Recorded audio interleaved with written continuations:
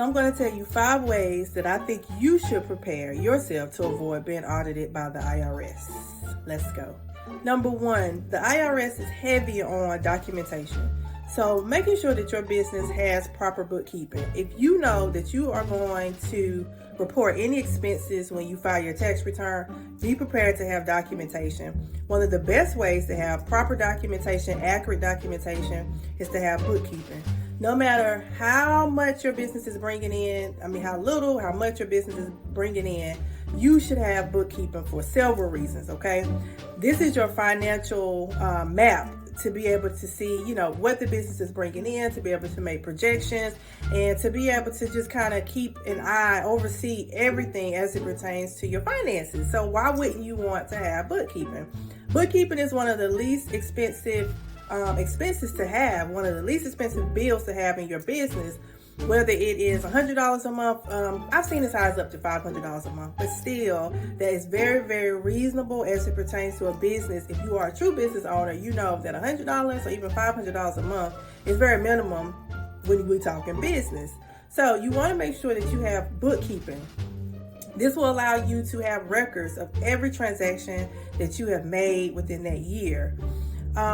Most of the time when you are audited, they're going to want you to be able to provide records of everything that you have done in that business, every transaction, and what you were purchasing it for and how did you purchase it. And typically the IRS does not come for you within that year. It's usually before the 3-year statute of limitations. So it's like 2 years later when you have totally forgotten everything, that happened in that year. And when you are able to just go in your file cabinet, get your books out and be able to say, here's what I did and here's why.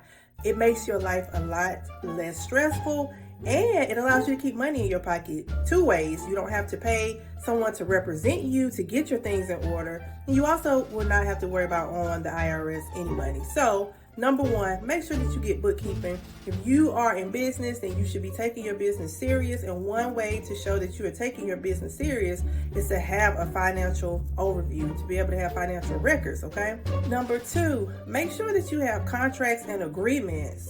If you have, a business and you're keeping track of your business transactions from your phone or from your Google Calendar, anybody can create, dates on the calendar. Anybody can go back in dates and put information on a calendar.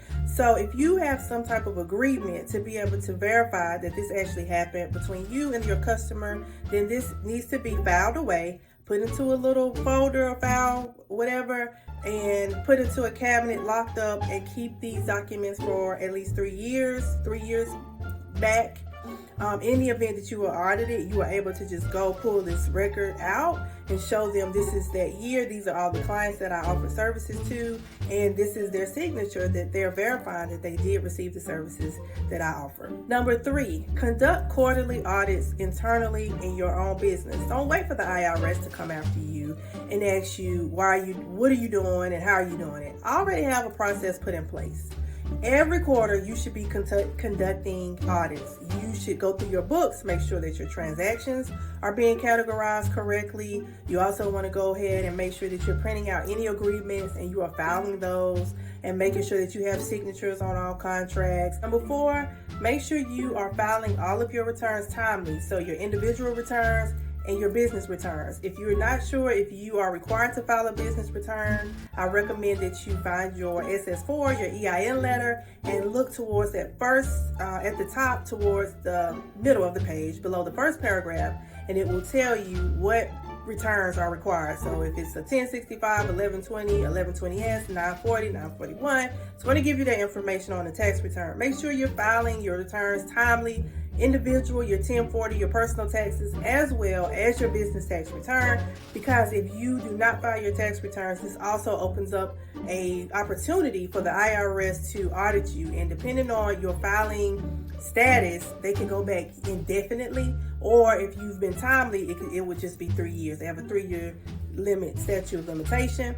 So make sure you file your taxes return so they can't go back indefinitely and make sure that you're not filing fraudulent returns, because this can also open up an opportunity for them to audit you indefinitely. They could go back however many years they want to, and then they could start charging you taxes just for several different years. So make sure you're filing your returns timely. Number 5, make sure that you are classifying your employees correctly. Make sure that if your employees are employees, that you classify them as employees and that they're having taxes withheld from their wages. And if they are 1099 and you have them classified properly, make sure that they have an agreement letting them know that they are a contractor, and make sure you file this, keep this in your records, and also make sure that you communicate with them what their responsibility is as it pertains to taxes. Now, I get it, most employers aren't tax advisors, so please refer them out to a tax advisor to be able to get an understanding on how to be able to file their taxes, their individual taxes, so that they're compliant as well. All right, I hope this helps.